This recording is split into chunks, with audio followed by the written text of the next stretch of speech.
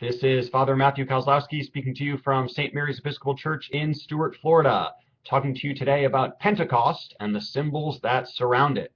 It's coming up in just a few short days, this feast day which celebrates the Holy Spirit.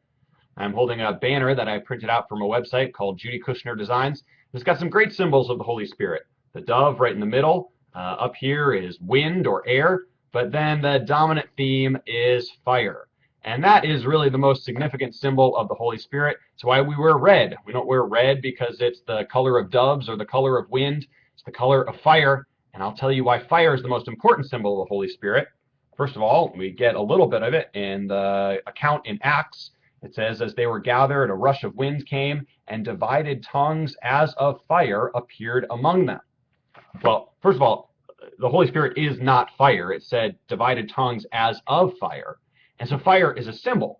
I'm going to give you two reasons why fire is just the perfect symbol for this presence of God that we call the Holy Spirit. Number one, fire can be invited by human beings, but ultimately it cannot be controlled by human beings. Okay, think about it. By the grace of God, human beings have the knowledge and the ability to make fire and use it for our purposes, such as light or heat or combustion, but we can never totally control fire.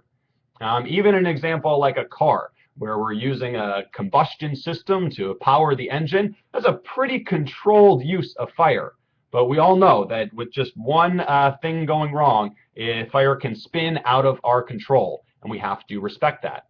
Well, the Holy Spirit works in the same way. We are able to invite the Holy Spirit in, to be in the presence of the Holy Spirit, and have the Holy Spirit do things that are beneficial for us and for our communities. But we can never totally control the Holy Spirit and the way that it's going to move, and that's important to remember. The second reason for fire being a very good symbol of the Holy Spirit is that it's transformative. Fire transforms whatever it touches. It will never be the same. Once fire has touched something, it's different than when it was before. And the Holy Spirit is the same way.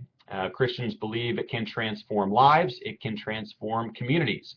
We are bold enough to make that statement that people really can change and communities really can change, and it is through the power of this presence of God on earth called the Holy Spirit.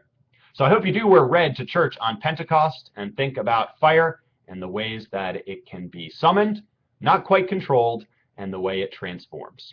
This is Father Kaz signing off.